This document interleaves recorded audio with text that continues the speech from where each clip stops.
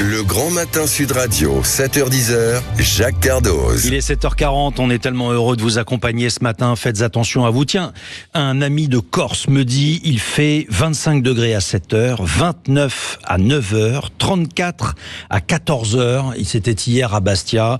On est avec vous, Jean-Luc Duval. Bonjour, soyez le bienvenu dans le studio de Sud Radio. Et vous, dans votre Normandie, hier, vous étiez en Normandie peut-être hier ? Alors j'étais dans l'ouest de la France. Dans l'ouest de la France, et il faisait combien ? Et il faisait plus chaud à Rennes qu'à Paris, il faisait 42 à Rennes. Oui, j'ai vu ça, 40 degrés à Rennes, 41 voilà. Même. Oui. Et dans le centre-ville, j'imagine qu'il n'y a pas forcément beaucoup d'air.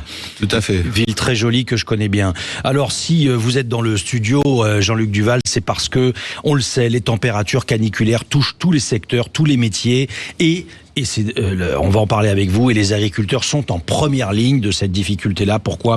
Parce qu'ils tentent de s'adapter dans leurs champs et avec leurs élevages.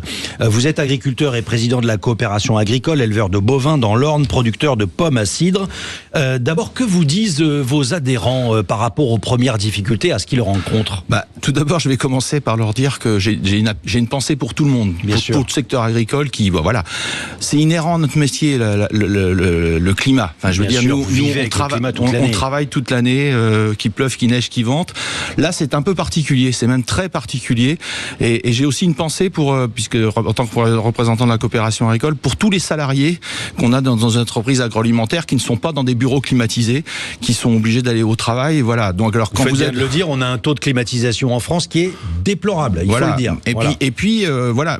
Par contre, ce qu'on peut remarquer, c'est que comme pendant le Covid, la France alimentaire, la France agricole est au rendez-vous. Alors, elle demande aussi un certain nombre d'adaptations, puisque vous parliez d'adaptation tout à l'heure. Il faut qu'on s'adapte à ce genre de choses. Alors, comment font-ils pour s'adapter à la chaleur, justement ? Eh bien, par exemple, je vous entendais tout à l'heure présenter le pourquoi j'étais ici. Il faut qu'on puisse moissonner la nuit. Ça paraît complètement, ça paraît logique, mais on voit que les règles qu'on a au niveau de la gestion des salariés ont une difficulté sur le sujet. C'est-à-dire que de dire qu'en journée, il faudrait qu'on arrête de travailler parce que il fait chaud, mais en plein temps, c'est dangereux, puisque la moindre étincelle peut déclencher des feux de plaine. C'est-à-dire le fait même de moissonner avec des machines qui évidemment... Vous avez un petit caillou, vous avez un échauffement à l'intérieur de la machine, fait que ça peut provoquer un incendie, et donc ça peut être très dangereux. La nuit, c'est pour la sécurité des agriculteurs et la sécurité de tous ceux qui sont autour, évidemment. Alors, on a des précautions à prendre. Je sais que certains collègues moissonnent avec une tonne avec de l'eau à proximité ou des outils à dents pour pouvoir passer dans la plaine pour couper le feu si jamais ça se déclenchait. Mais le plus simple, ce serait de pouvoir moissonner la nuit. En tous les cas, le soir. Voilà, alors c'est moissonner, mais pour la coopération agricole, c'est aussi réceptionner les grains. C'est-à-dire qu'il faut que nos silos soient ouverts toute la nuit jusqu'à 4, 5 heures, 6 heures du matin.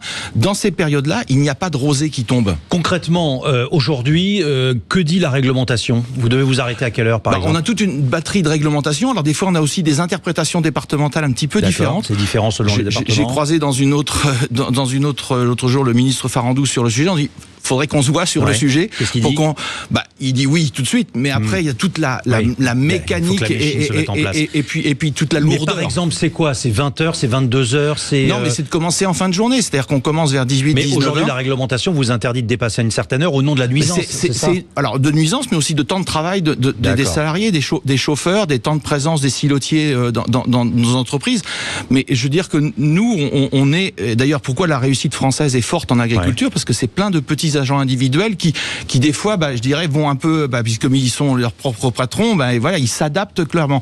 Il faut qu'on ait aussi, nous, la capacité à s'adapter. C'est aussi dans l'élevage d'avoir des capacités. Comment vivent les bêtes en ce moment ? Elles peuvent supporter je pense à tous les agriculteurs, mais j'ai aussi une pensée pour les bêtes. Comment elles vivent ça ? Mais comme nous, et sachez que dans un certain nombre d'endroits, on a de la mortalité de façon très importante, notamment en viande blanche, sur la volaille, la production porcine. Les systèmes de refroidissement ne sont pas suffisamment au niveau capacitaire présents. Vous avez aussi de temps en temps des petites pannes qui peuvent arriver, de trappes qui s'ouvrent pas.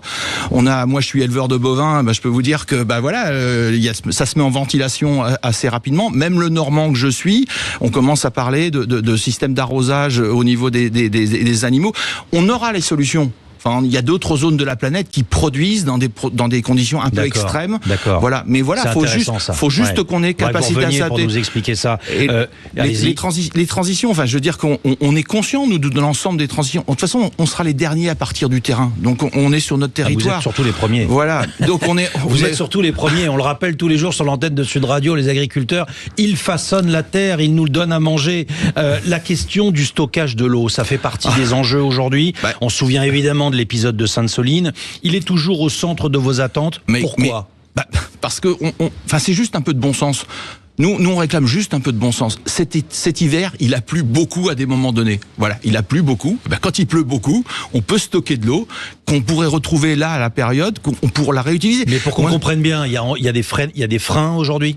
Clairement, on voit bien qu'une partie de la société a du mal à comprendre ce système de stockage. Accepter les bassines. Voilà. Ouais. Et puis il y a une réglementation qui est complètement, délirante sur le sujet. Et avec ceux avec lesquels on a du mal à se comprendre, on a aussi du vandalisme. Jean-Luc Duval, vous êtes agriculteur et président de la coopération agricole éleveur de bovins. J'ai une dernière question, malheureusement, on est pris par le temps et j'aimerais qu'on aborde également ce thème qui est très important. Vous demandez aux autorités le droit de faire de la sélection génétique pour avoir des céréales qui résistent mieux à ce que l'on est en train de vivre et au dérèglement climatique. C'est aussi un sujet. Ça aussi, c'est un sujet. La génétique, alors qu'elle soit génétique animale, on peut aussi sélectionner des animaux avec une meilleure résistance aux problèmes climatiques et notamment aux problèmes de température qu'on a à l'heure actuelle, et aussi au niveau des plantes. On sait très bien qu'on peut sélectionner des plantes qui, de toute façon, on a fait ça ça fait des millénaires que le monde paysan sélectionne. Alors, des fois, on accélère un peu les choses, mais on a besoin de sélectionner un certain nombre de... La génétique sera une solution à l'agriculture. On a bien compris tous vos messages ce matin, Jean-Luc Duval. Merci infiniment d'être passé dans le studio de Sud Radio. On a envie de vous entendre et de vous réentendre, notamment sur cette évolution, comment le monde agricole va finalement évoluer avec le dérèglement climatique. Vous avez des solutions. Il faut vous écouter et vous demander à être reçu par le ministre. Ça va se faire. Oui, je viens de rentrer en fonction. Et puis on a plutôt de bonnes relations, mais c'est clair qu'on a un certain nombre de demandes. Nous, la coopération agricole, on veut être des apporteurs de solutions. Voilà. Je veux dire que on a un certain nombre de choses dans nos cartons. Et vous avez des idées. Voilà, on a envie de les mettre en place. Merci infiniment.